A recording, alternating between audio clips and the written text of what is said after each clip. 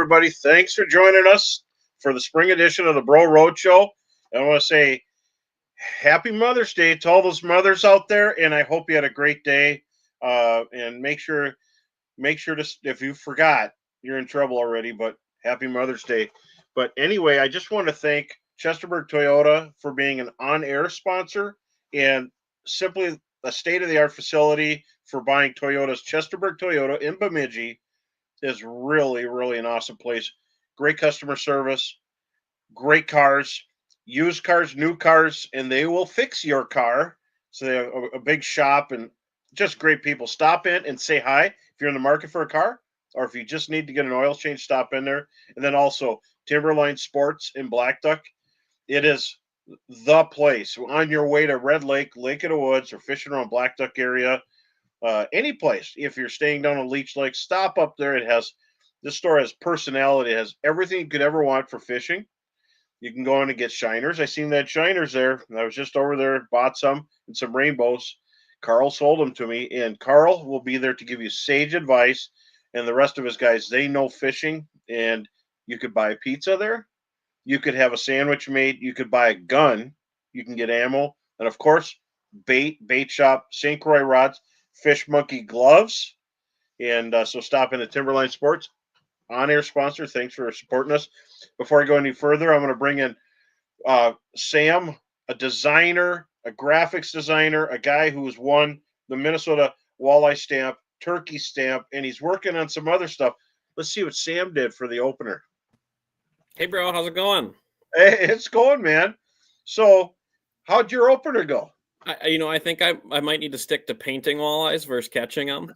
It was a little bit of a struggle for me. I went out on Lake Bemidji, only had a few hours in the morning, and I'm embarrassed to say I got skunked on the walleyes. But I only heard of a few fish being caught. I know somebody got into them for sure. Eventually, there's enough boats out of there. Someone figured it out. But yeah, the fish were really lethargic. Water temps really differed throughout the system. It was just a little bit of a funk. So I'm going to have to get back out there and get revenge. But it was good to get in the boat. Saturday night, I went out and did some bass fishing and cracked a bunch of those. So that was my redemption for the day. It was good. How was your opener? Oh, it was interesting. We went to Rainy River, Lake of the Woods, because Rainy River, we didn't get much of a season there. And all those, that lake run of fish just started showing up the last 2 days for everybody. All the resident fish were getting picked on, and that was starting to run out. I wanted to get even again, but those big fish are still up there, and the males are starting to drop down. We started the river and said, okay, I've seen this before. Let's head to the lake. Went to the lake, 4 Mile Bay, seen nets out all over the place. We decided to go to the gap, went past the gap on the lake, caught some fish there, caught some fish on the inside, went to the other gap, caught fish there, caught fish everywhere. And the key depths, I seen fish in the river being caught in that, 15 to 20 feet of water, but we went 11 feet or less. And then later in the day, when the barometer was screaming high, it dropped 2/10. The fish went nuts, and we got them as shallow as 4 feet of water. It was really fun. I never fished Lake of the Woods that shallow, and just went around Pine Island and picked at it like we were bass fishing, and it was a blast. But here's a report from Timberline Sports in Black Duck. Carl just got this all ready for us. He's with his wife on Mother's Day, of course, and good for them. Red Lake was amazing. Jigging a shiner, 4 to 8 feet of water, but crankbaits and bobbers were working as well. Heard great reports from Lake of the Woods, yes, and mostly jigging, live shiner, frozen emerald shiner, and Black Duck had an average opener with fish coming out in the mornings. Jig and a fathead there. It's not every lake needs spot tails, if they don't really have them in the lake. And then of course weather was beautiful. Now the wind is blowing like crazy, and thanks for the report, Carl. We love reports. So before we go any farther, Sam, we're going to be giving away stuff. So let's hear what we got. We got lots of stuff to do. So first of all, we'll start with the Humminbird Minn Kota one. So we're giving away a 1-year subscription to the One Boat Network app, which is a rock solid app. It's going to give you Lake Master maps for I believe the entire US, I think Canada too. Just a super good app. If you don't win, go download it. It's good. A hat and a rod sock. So if you have a Humminbird product, comment One Boat Network, share and like the show. That'll get you entered in to win that. And then secondly, I am doing some of my digital artworks in stickers. Nice. So ooh, look at comment. What should we comment for this one? Comment stickers, and that'll get you entered in to win that. Comment, like, and share. So these are vinyl stickers of my artwork that I do digitally through an iPad and a drawing pencil. And these stickers are also for sale on my Etsy page, Sam Larson Art. I have a really limited stock right now, but hopefully if they start selling good, we'll start banking them up a little bit more. So we'll give away 4 of those stickers, and then if you don't win, check them out on my Etsy page and go pick up I a don't few have if you that like on my them. wall yet. I need to get some of those. And we also have a Northland giveaway here, thanks to Jace Peterson, brand manager over at Northland. There's all kinds of stuff there to get you set for walleye fishing, jigs, rigs, bobbers, and stuff. And look at that hat. That's a cool hat. So we want to thank Northland for doing that. And so you got to stay tuned, like and share the show. But also, you can give us a short fishing report, and we'll read it online. So fantastic. So before we go any farther, we got a lot of people coming through the show tonight because it is the day after opener. So Sam, what do you say we bring out Nick Cox, a friend of the show? We've been thinking about ice, and he's the president of Razor Augers. So I figured everybody would be excited, but he was fishing Mille Lacs and he was gathering the scoop on Mille Lacs. Brooke, bring in Nick. How's it going? Hey, aren't you the winter guy? You like I am the winter holes? guy. And unlike Sam, I can't paint or catch walleyes, so I really don't know what to do. Oh no. I was looking at my Razor Auger in the garage and I was thinking ice, and I'm like, because today it was 88 degrees way up here in northern. I mean, we're so close to the border. 90 degrees actually in different areas, but so we're thinking ice today after all that. I mean, come on. We need a cool down, definitely. Yeah. So, what's the skinny, man? What's the scoop on Mille Lacs? How did the opener go? Did you hear? Did you go? Did you fish? Yeah. So went up with my dad and my family, and stopped in at Tuts. Got all set up with some Northland stuff and some minnows. From what we see and what we heard, it was hit and miss. I mean, It was real high sun, low winds, so kind of difficult. And, we fished over in that north corner up by Garrison, Pike Point area. And I'd say, we had the scope out, or, we were looking around and seeing fish everywhere. But they were just being very lethargic and kind of lazy. So we ended up finding little pods of fish, and we were throwing tungsten stand-up jigs to them with minnows. And we ended up catching just a giant smallmouth, probably close to 6 pounds. A lot of fun for the kids. And at that point, I think we all just switched gears and said, okay, we're not going to chase these walleyes right now. We're just going to make the pole bend and watch the kids smile. So we ended up on the day with, 5 or 6 nice fish, enough to keep the kids satisfied for a half a day of fishing. But, anglers that were catching those walleyes during the day, or they were, from what Tuts is telling us, Jason and Kyle Barr, they're telling us they're throwing to those sand rock transitions 8 to 12 feet of water, and then as it kind of cooled down yesterday evening, people were out there trolling cranks, because on Mille Lacs now up until Tuesday the night ban doesn't exist, so you can fish in the evening and at night. And so people were trolling crankbaits and they were doing really well.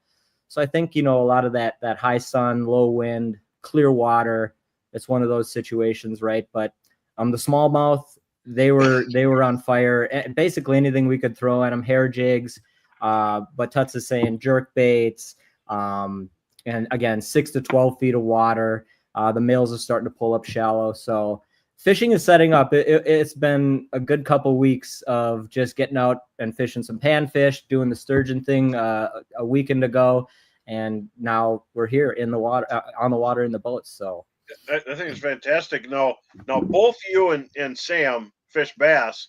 Sam, We're gonna have to start calling this the Bro Bash Show live after. No, not until August when I do the iFalls Bass. Yeah. Then we can start calling it that. But right now, it's all about walleyes, and I'm sure some of our viewers are on a lake right now fishing for them. But the key thing here is it's all tradition. Everybody getting out and fishing, and I seen in many places boats with 3 generations, and it was really cool to see. That I didn't see a lot of netting going on in Lake of the Woods. There's boats there. There's no secret spot up there, but you could see nets coming out because launches and big boats. And there wasn't on fire, but in the afternoon it went nuts. And so, why did we get up so early? But it's a lot of fun. Because that, like what Nick said, that's really similar to what I saw. Similar reports I got around the Bemidji area. Do you think was it a spawn deal that's going on, or was it that pressure that just really had those fish lethargic? Because I was no shortage of finding fish on forward facing sonar. They were all around me, over me, but like I was telling you before the show, they were in such a neutral mode. Lake Bemidji is gin clear now. I could roll over them in 10 feet of water and they would just stay underneath the boat. They wouldn't even spook for the boat. They wouldn't respond to my lures. They wouldn't spook for the boat. They was just like they were sitting there on the couch sleeping. It doesn't matter how hot it gets. They still need time. These aren't Erie walleyes, a southern strain of walleyes that when the eggs are dumping out of them, we caught them in the tournaments. These walleyes are different here, and they need their time. They're cranky. They're doing their thing. Yeah. Okay. What do you think, Nick? I think the same thing. Like I said, I mean, for a while there, we were sitting on one spot and just throwing at a pot of fish, and all of a sudden, another guy comes up and we were catching smallies. So front of the boat, we were catching smallies. Back of the boat, I guess these were walleyes because he's throwing a slip bobber and he finally caught one, netted it. He kept it. And I said, was that a walleye? And he's like, yeah, first one of the day. And that was at about 1:30. And he'd been out there all morning. So very lethargic. I mean, you really had to just snipe to him with a bobber and get that right in their face if you wanted. It looks like it's going to be great. This next week, it seems like, and it always is, and it's just different. You think of opener day as shallow, catching walleyes up shallow. It's not like that on every lake. Some lakes, they fish extremely deep this time of year, especially up on the border. There's a whole lot of males down deep. And then the following week, it turns into all females down deep. So there's a different balance. It's different in the north, even than it is in north central. So very interesting. And so great report. We're going to have Nick on again. Thanks for coming on. And Nick from Razor Augers, president, thanks for the Mille Lacs report. Now, Sam, we have Jace Peterson, brand manager for Northland Fishing Tackle. So he's a big kahuna there. And Charlie Peterson, who's head of all the pro staff for GSM, which is 45 companies. So these are very good people to know. If you know them, it's good for you. And so we'd like to bring them on because there are 3 generations of Petersons fishing the opener. And I always heard from Dwayne Peterson, the first one who gave me my sponsorship, Dwayne. I still, to this day, I'm so thankful to have met him and John. And but now, 3rd generation running the shop, and let's bring them on, Jace and Charlie. Hey, bro. Hey, Sam. How's it going? Hey, how'd you like your intro? That was good. That was great. That's I appreciate that. Yeah, and so you had time to spend with Grandpa, and did he get out fishing with you, Dwayne? Yeah. So my opener, we opened up on Red Lake. We went to what they would consider the zoo, and it was, but at the same point, I actually love to see the hype that is around Red Lake. Oh, right? it was really cool. There are so many people there, and they're catching fish. Yes, the ramp we put in at the public access in the river there, and yes, the ramp was busy, but people were very they were taking their time. No one was in a big rush. I mean, it's the Saturday, making sure the motors start, making sure everything's good to go. So yeah, we got out. Charlie and I got to fish together, and then my dad, my grandpa were in another boat. We followed them out, and as we're dodging jig heads through the river, people are setting the hook. They're getting the net. The best spot I actually saw was the pier right in the river. as you're idling out right before the bridge. I saw more fish caught off that, just driving by than the boats that were sitting in the river. And then, going out, people lined up on each side of the red and green buoys. And then as you get out in the lake, there's hundreds of boats out there, and there's no shortage of fish catching going on. What an amazing lake! Probably the best lake on this side of the Canadian border. It just seems like an untouched fishery. But it's so gigantic. And Yep. when I drove by going to Lake of the Woods, we drove by at like 5:45 in the morning. A little window of the river, I could see someone netting a fish off their dock. Then when I got to the bridge, both sides of the bridge, there was nets out, people fishing Yep. along the shoreline. So it was tempting to stop, but I looked at the lineup, went to Lake of the Woods, and there was only 3 trucks and trailers there where we pulled in right by Willie the Walleye and Nice. hit it. And hey, Charlie, I see you had a big fish, and we can bring it up here. Let's talk about this fish, Brooke, that big old walleye. Yeah, can you hear me, bro? Yeah, you betcha. Yeah, fishing out on Red. We had a fleet of boats out there. I got to fish with Jace, and I actually caught that one in like the first 10 minutes on a DP That's bucktail. a big one for Red Lake. Hey, on the bucktail, Charlie. Yeah, I usually go with the fireball or a short shank tungsten to start off, and something just told me to tie on this bucktail to start the day off, and it started off hot. I caught it like 3, 4, 5 right away on it, and I wasn't tipping it with anything. I was just kind of snapping it, and there's definitely a reaction bite out there on Red yesterday. That's interesting. You don't hear It's a lot of about it fun. as much. Maybe people should start thinking about hair jigs on Red. So what kind of color and just snapping it? Any other thing you could help people out with? Well, I was going with the parrot color, and that's a tough one to. I mean, that you can't go wrong with parrot almost anywhere. So Anything that looks like a bird, the right? artificials were getting our bigger bites, and then to catch the unders. To catch the unders, they wanted the jig and shiner. So the tungsten short shank here was the deal. 1/8 ounce. Rigged that up with a spot tail shiner, and yeah, we caught them pretty good. It was fun. So they're hitting a more aggressive jigging. Was that like that all day, or did you ever have to mellow out on the jigging? Yeah, I think it kind of stopped after noon or 1. Then we went to shiners and fished a little bit slower. The fish definitely seemed to be a little spread out, but it was good if you put your time in. Very interesting. And Jace, you guys were in the same boat. And you guys have technology. What were you seeing as far as fish? How many were in groups? So, I mean, you would think Red Lake is these with all the walleyes being caught that there's these giant schools of fish, and at times there is, but when you think of fish, you think of in a school 10 or 20 or maybe 30 grouped together. And the one thing utilizing the live imaging is that there was really only like 2 packs, 3 packs, or singles. And the one thing that we saw though is if you could get your bait relatively close to them, we figured at one time it was like 50-50, like they were gonna bite or not. Like they're just super aggressive. They're willing to eat.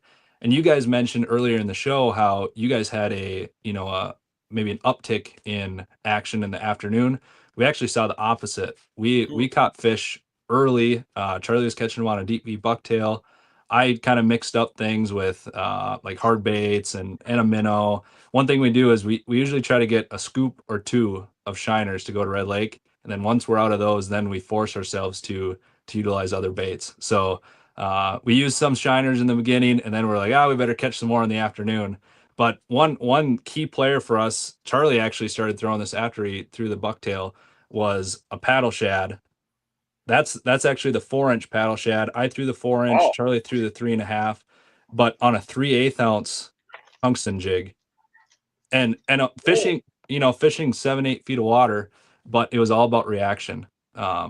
We saw kind of 2 different moods of the fish, and one mood was super aggressive. You could get that bait close to them, and they were coming up to get it.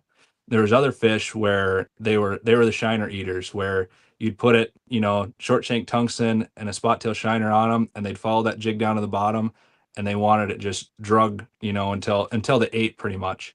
But then I should Interesting. say there's three moods. There was the ones that didn't bite either. Oh, we're getting a lot of questions here, Sam.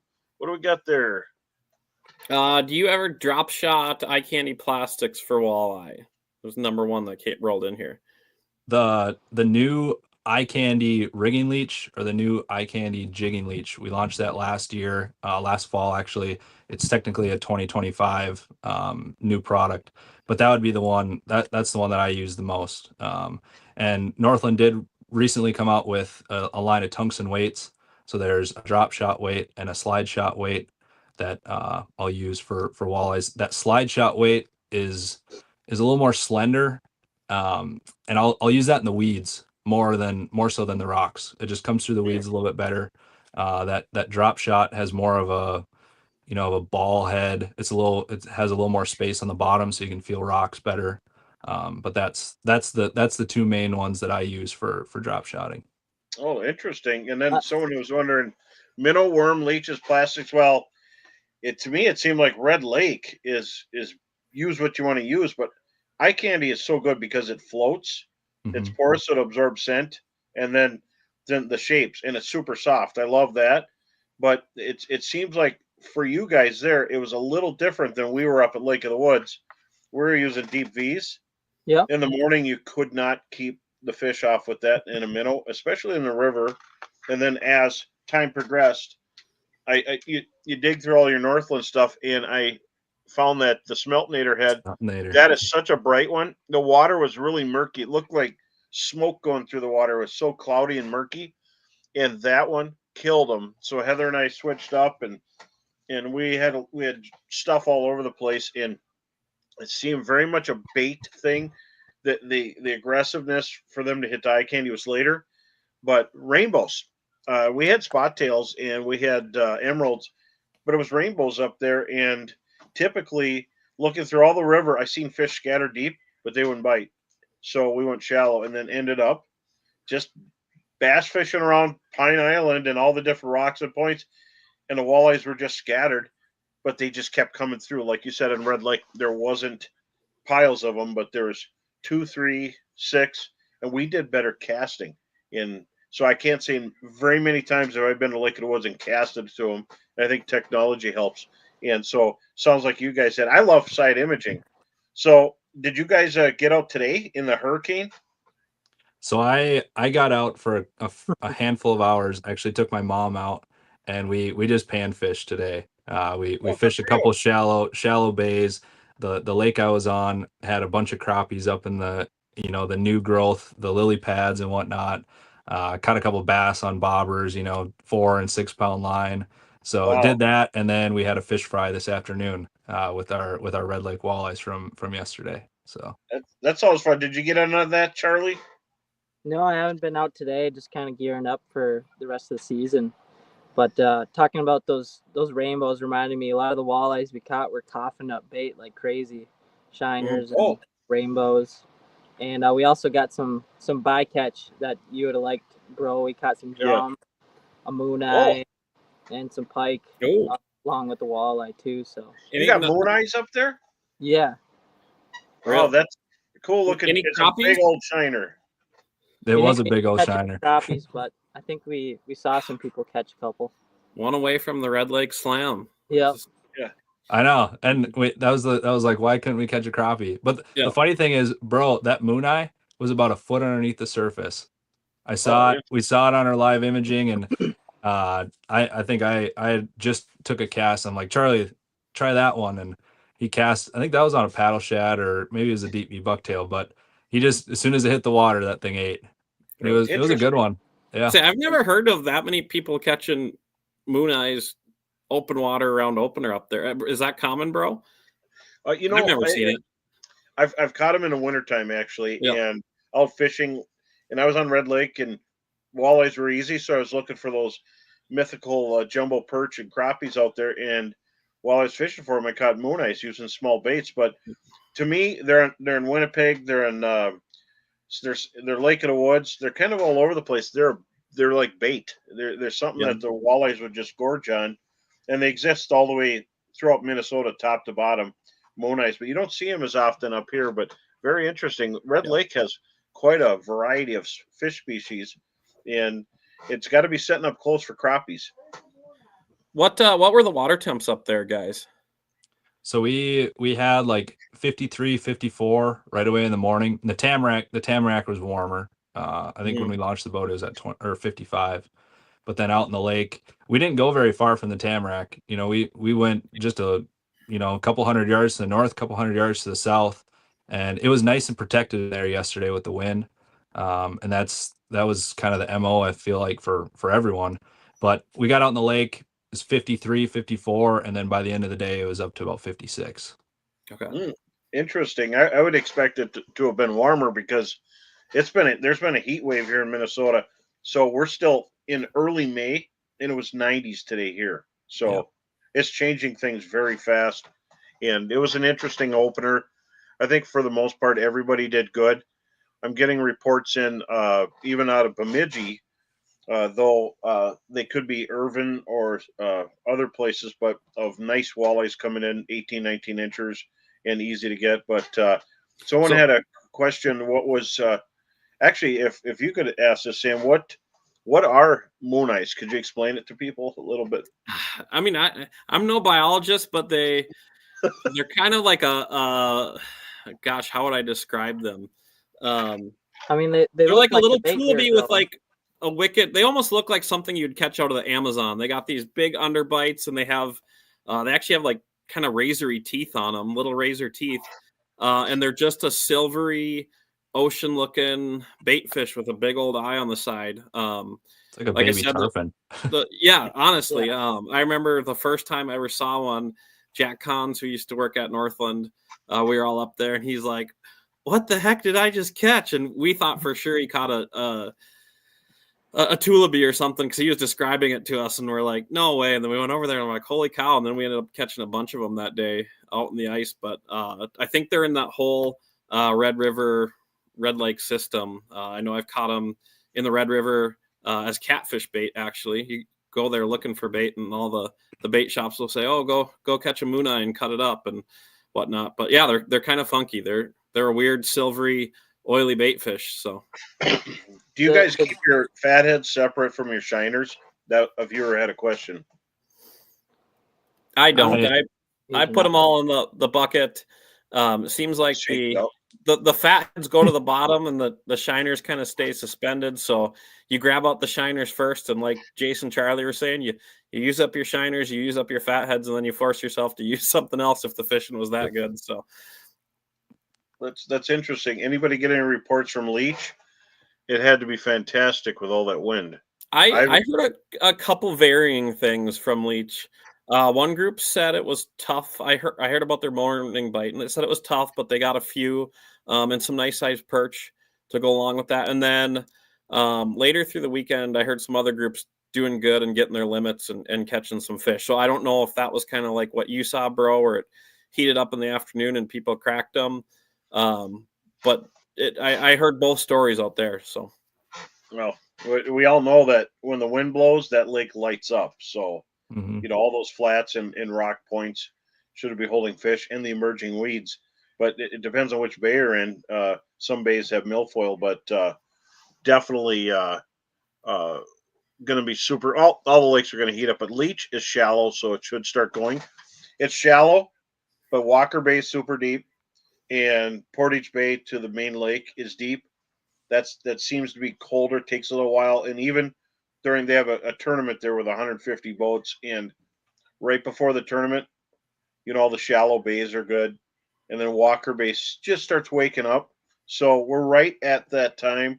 It might take another week before those deeper areas get going, but for eater fish. But that's we got a viewer question, Jason. I'm going to kind of adjust it from a very detailed question to a much broader question. But what is coming out new for Northland this summer?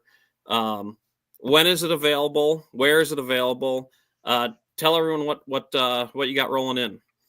Yeah, so So the new stuff for Northland, it's all been launched. It'll be in retailers. So we have all the tungsten weights. So we did a walleye essentials weights. They're all tungsten. Like I mentioned, there's two drop shot weights.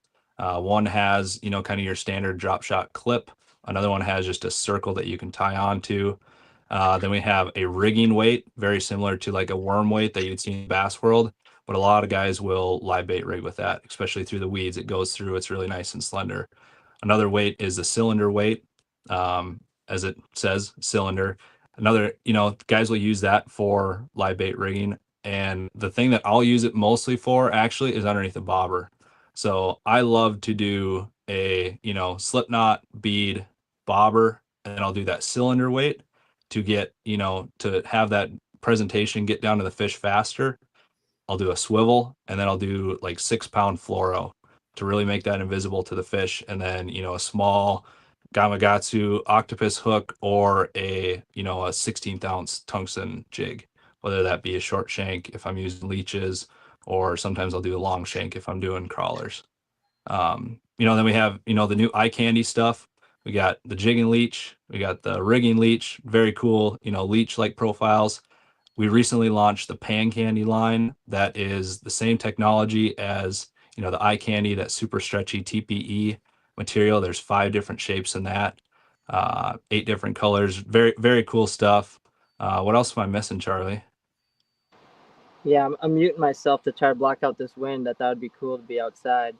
But the tungsten stand-up jig also is new for this year. We launched it last fall, late summer, with 4 colors. Nice. But now we have it in 12 colors, I believe, both in the short shank and the longer shank. So that's new for this year, and I know we caught some on that yesterday, and I imagine Sam and Bro did too. Yeah, I don't know if you heard, Charlie. I didn't catch any walleyes this weekend yet. Well, it's you bring some great advice though either way, and I've been using a pan candy, and it's so nice because it moves slow. So if you rig it light with a really small stand-up head, like a little 16th ounce, or use a gumball jig in a real light size, it's perfect. They move so slow because they're buoyant. They float. And what I like about them is I could put scent on them, and the fish absolutely crush them like it's live meat. So I really like the pan candy, and it's nice seeing it show up at shops. I seen it in Park Rapids. I seen it in Park Falls. So it should start getting there. But I got to say, it's going to be if you guys love pan fishing, it'll be your new favorite. And I used it through the ice, and I did get a crappie that was 2.5 pounds on the grub, which was a blast. Just watching them come up and grab it, they love it because it's so soft. But we're starting to get some questions here. Do you think it's going to be a good season for crappies? And have you've been out? You went out today. Do you think that they're going to be vulnerable because they're up shallow spawning? I was actually very surprised today. I already saw males on the beds, like starting to make their beds. I went down one shoreline that usually they're in the backs of the bays, the black bottom bays, and there was lots of fish back there. But one shoreline that usually has spawning crappies on, I was like, oh, I had to go buy it to get to this bay, and it wasn't like it usually is, but there was definitely some that had pulled up on that shoreline, and we're getting ready. So it was actually a lot farther along than I expected to see it. That's crazy. It's There's people that come in June just to get on these different bites. Mhm. And these bites are happening really fast. So some things don't hurry and other things do. What do you think, Charlie? The season can sure change pretty fast around here, southern Minnesota. It's like we just had ice not too long ago, and then it's heating up, and it's crazy how fast the fish can adjust from sitting under ice to soaking up the sunlight.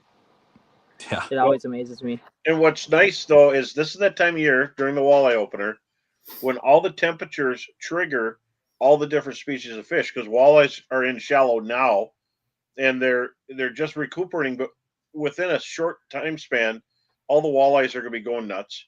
The perch are up there. the crappies are up there, and they're not spawning what normally they'd be feeding, but now they're spawning and feeding. They're kind of mixed. Then the bluegills, they're just in the mix too. So it's just a great time, and there's gonna be a lot of people that are going to start wondering if they should come in May and not June. But yeah, I think it's going to be good, and it's supposed to cool down in a few days. But right now, we're locked in 80-degree temps for quite a while. I was gonna bring up how me and Sam got out with you last fall and utilized the pan candy and that was great. Crappies and bluegills. I know we got a big pumpkin seed. That was a fun trip. Well, I really love these twitching puppets. So if you look at that, how detailed that is, and I think that these are going to be great for walleyes. They're small. They're like a little snack size, but in the summer when there's all kinds of fry everywhere, we don't throw great big stuff. We throw the smaller stuff, and just great for limits of fish on Lee 20, Cass, Bemidji. When there's a bunch of fry out there, this is just perfect size, and they make them even smaller. I mean, these details are utterly amazing. If I can grab it here, there it is. And That's the thing about the twitch and pup is it stays up a little higher than you would think too, because it's not a solid lead jig, so it stays up a little higher in the water column. I'm just amazed at how you can make them walk underneath the water. Just when we were out shooting, Charlie, that day, there's weeds there, and I just want to see what it do, and I can make a dance in 3 feet of water. Exactly. So very impressive, and that's going to be a winter product, but make sure you save it for open water. And yeah, I was gonna say, bro, you're giving away secrets, but I love it. Well, yeah, and when does that one debut? That'll be this fall. Yeah. This fall. Okay. All right. I probably shouldn't have showed it, but everybody, you can replay this, and that is a great bait in the winter. So how are your water levels up north at Red? We got that question. That was a great question. I was gonna that is a great question. The water levels at Red, from years prior that I've been up there, I would say they're down. I could actually see the bottom when we were going out through the buoys, of the river there. There's that hole until you get pretty much to the lake, and then it's very shallow going out, and they have it nicely staked off with red and green. They're stakes, they're not buoys, but you can actually see bottom there. And that also tells me that lake was relatively clear for being Red Lake. Even with that north wind the day before, I thought maybe that would screw things up. But no, it was fairly clear, and I would say that's low for a standard Red Lake year. Oh, and there was one viewer that had a question, just to throw it in here. Deep V underspins and smeltnators, are they going to be going to tungsten? Are you thinking, or can we not? Is it not? There's always a possibility. See, that's going to be our answer. We're harvesting more secrets out of these boys. That's right. Yeah, we're working them what over. What else you got coming new? Right? No, that's nice. Bro gets spoiled with all the fun things in a year or maybe 2 years in advance. So, but that's kind of how our brains are worked right now too. You asked me new products for 2025, and I'm thinking about 26 and 27. Like, I don't want to give anything up yet, but there's definitely some fun things still in the works. Sam had a big part in that. So you guys will see new Northland products coming in the fall and for 2026. I was thinking about that this week. I'm thinking like, I wonder if they're gonna up launching this or that, or wonder. So selfishly, I kind of asked what you had coming out to see for myself what made it through or not. Here's a really good question: what jig sizes do you guys use with pan candy? I'll let you guys go with that. So go ahead, Charlie. Usually 3 sizes are, an 1/8 or a 16th, and you can go down. I mean, you can go down smaller to that, like a 1/28 ounce flat fry jig, but a lot of times 1/8 or 16th are the go-to. Mm-hmm. Today Today, just crappie fishing up shallow. I use that pan candy grub, which is kind of the downsized version of the eye candy grub. I was using the 16th ounce tungsten crappie king. That worked really well. And then I've really been loving the eye candy the pan candy leech. It's a Yeah. super small, it looks like just a little micro leech. And that's when I will utilize that tungsten flat fry. And that Charlie brought up the 28th ounce. That's what I'll use under a bobber just because it's so minute and it catches crappies, but we're also catching big bluegills and pumpkin seeds on it too. I think Yes, too, small. when the panfish are this shallow, tungsten's all the rage come the summer month.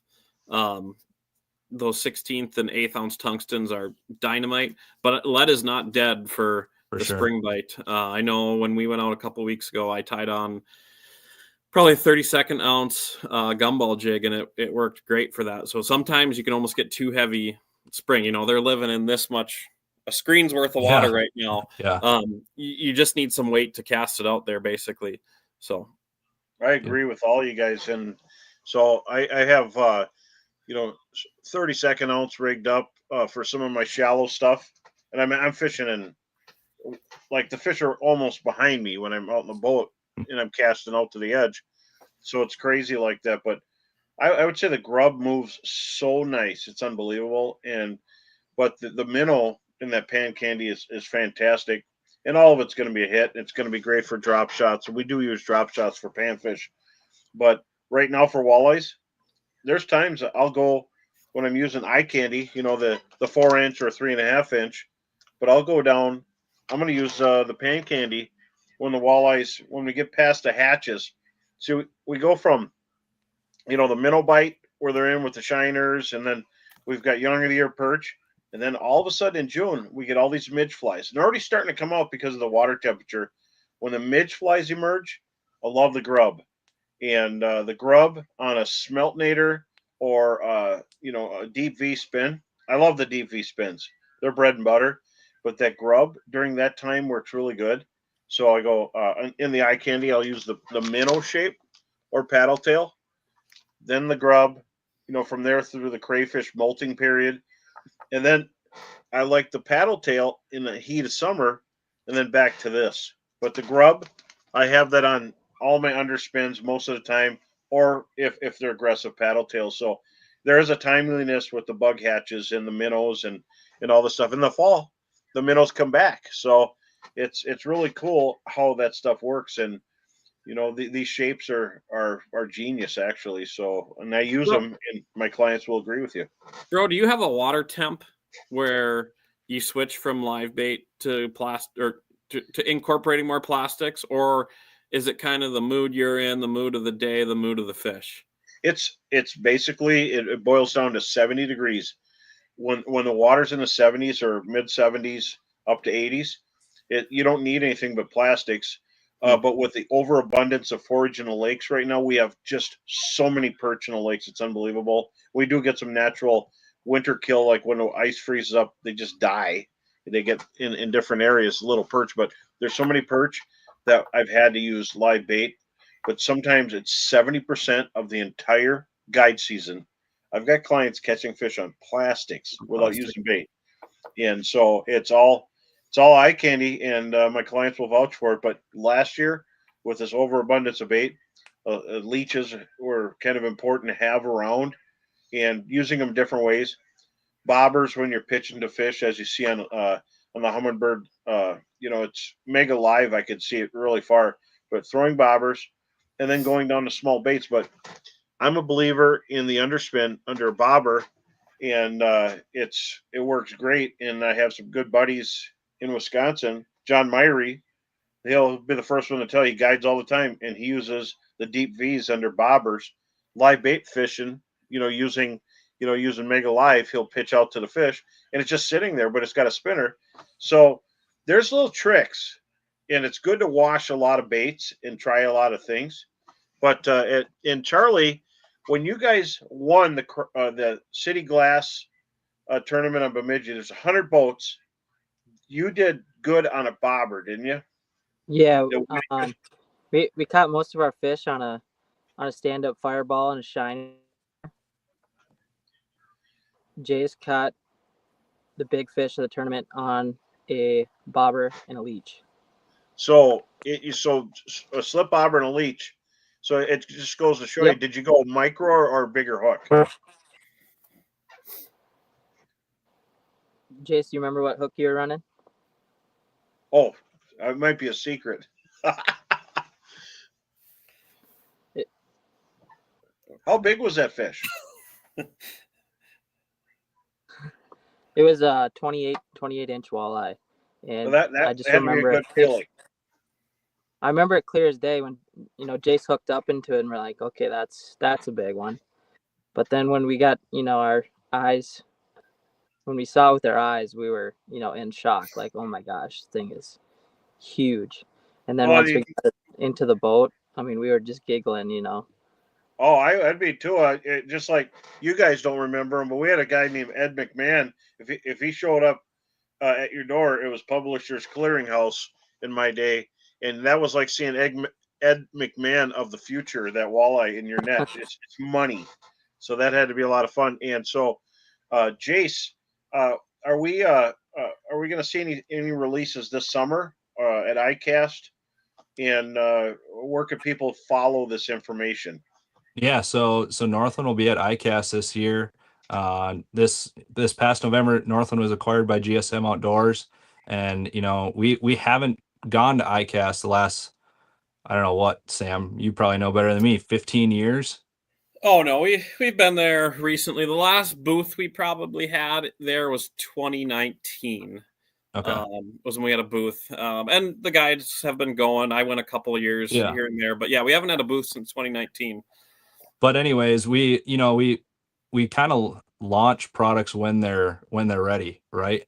And GSM really likes the products we have coming down the pipe. And like I said, I credit a lot of this to Sam, because Sam had his hands on all of this that's coming out very shortly. So you will see some of those launches in July. ICAST is at the end of July. That's a super big fishing convention where, you know, products for 2026 are going to be launched.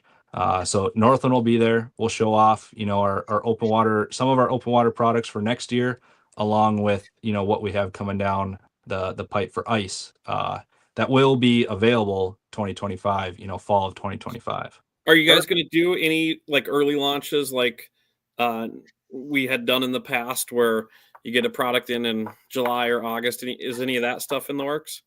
There's still possibility of that coming. Yeah. That's always kind of been a cool thing that we've done, you know, the last handful of years, is if we have a product and it's ready to go and, you know, our pro staff says go, then we'll bring it in early. And it's somewhat hard to be able to make it work for all of our retailers, because, you know, our retailers, especially up north where Northland is, you know, the strongest, our retailers set their line of stuff in the spring. And if we want to bring a product to market in the fall or even in the summer, you know, it's hard for them to be able to make room, because they've planned all winter long for this product, or, you know, they're set for the year. So usually when we do bring in a new product, if it's a fall release or something like that, we're bringing in a fairly low quantity, and, you know, we're not getting it into all the retailers, but hopefully, you know, that following spring, that's where you know the consumers will start seeing it in their favorite local retailer. That's super great information. We got a few questions here. We're going to do a rapid fire here because we're running out of time here. And so I'll answer the first one because I get it all the time. What scent do you use for eye candy? I use them all. So any kind of minnow scent, I like mild. I got buddies that like to use garlic and stuff. Mild, meaning squid or krill. Use krill in the summer during the crayfish molting period, and in the fall. Now let's throw in a talk. So any talk of a short shank 16 ounce for bobber fishing, then I would say you guys are already using a 16th ounce that exists. Yep. And Charlie used a stand up you were saying earlier. Yep. Yeah, under a bobber, I like a 16th ounce tungsten short shank jig. That's kind of like my go-to. That I can put a leech on there, a minnow, or a crawler. So that's definitely my go-to. Perfect size. And then Jace, And I'm going to have Sam answer this one too. Bobber fishing walleyes. Do you slip bobber fish in over 15 feet of water? Absolutely. So I didn't have the patience to slip bobber for walleyes until forward facing sonar came around, and it's so much fun. I did a ton of it last year. One thing I do, because with forward facing, sometimes you're pitching at fish up in 8 feet of water, so you got 6 feet on your stop, and sometimes you're in 15, 20 feet. One thing I do is I figure out the total length of my rod and then the length of my rod to the reel. So I can quickly adjust my stop by pointing my rod tip right in the air, hanging my jig down. If I got a 7-foot rod, it's about 6 feet from my line all the way up to the top and then down. Add those together, set your stop right at the reel, and that's how you can kind of quickly adjust. But yeah, slip bobber and walleyes all over the place. Like speed Yeah. twerking. From shallow to 100%. deep. Yep. Yeah. Go I was ahead, gonna Jason. say one thing I mentioned before, earlier in the show is I love to utilize a weight above a swivel, and then I'll drop that 16th ounce jig. And if you can get a big bobber, I'll put a 3/8 ounce tungsten cylinder weight, and that thing will still get down there super, super fast. And if you're utilizing the live, if you make a bad cast, reel in, cast again, and it's all about that speed to get down to those fish. And those fish are swimming. You guys were both saying they just never stop. So the importance of pitching a bobber and getting it down to them fast is really important, wouldn't you say? Yep. And having that, tungsten weight up there helps you see it on your sonar, so you can see that, your bait's dropping down to the fish. That's fantastic. And I got to say, so I see down rods, which is forward facing sonar, up at Lake of the Woods. I don't know. There's like one in every boat. I think I seen tri-hulls from like 1960 that had down rods on their boat. Pontoons had them, launches had them, and when I looked at all those people in some spots, no one was catching any fish. So, do they help people catch fish? I think they make them stay in spots because they see stuff. So you still got to catch the fish. So doesn't matter what you have in your boat. I was watching the other boats, and not all of them were catching fish. So that's a very it important sharpens the lesson. learning curve, but it sure doesn't make them bite. Yeah. We've yet to figure out that. The one thing you learn with the forward facing is you're not catching everything that's there. And like bro said, you might be seeing fish and they're not going to bite until the next morning, or they might never bite. They're not going to bite your fake minnow or your half dead spot tail. They're looking for the real thing, and it's going to keep you there longer. But like Sam said, it definitely, that learning curve is shortened with it, and it's a cool tool. Which leads into a good question that just popped in. Would you guys be lost without it?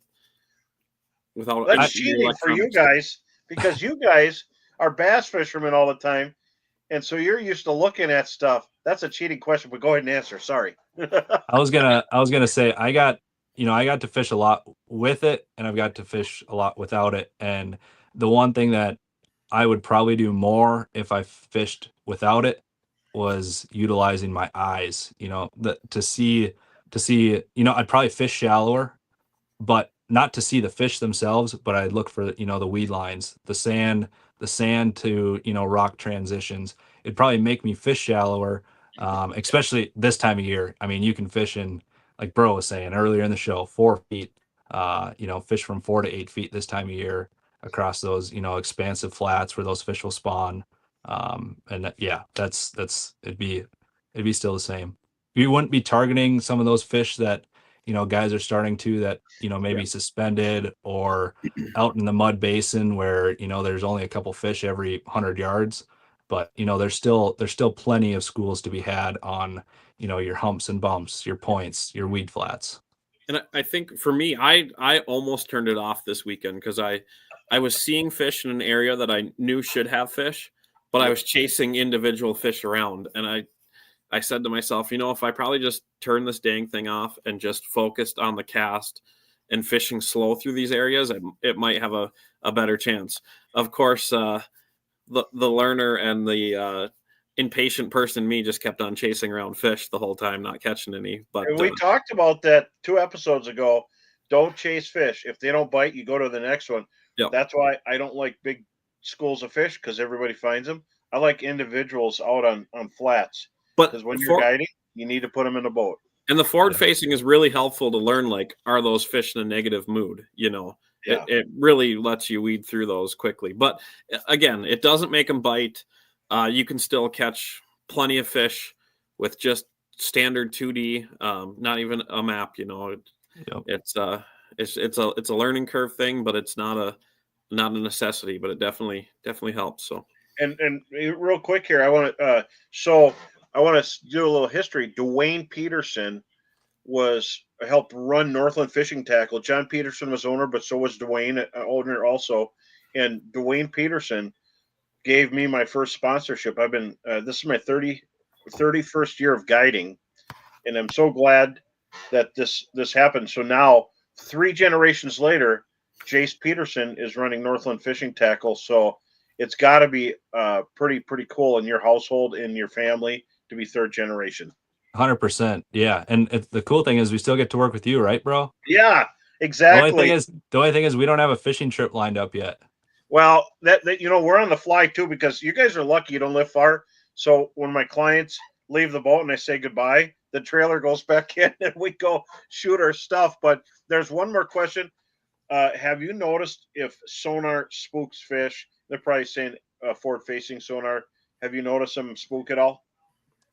You know, I've heard that, discussion come up, and I personally don't think I have. I think, our clear water is making fish fairly more spook. I live in Bemidji. I fish Bemidji probably the most for walleyes, especially, from now until the middle of June. And, the last 5 to 10 years, that body of water has gotten really, really clear.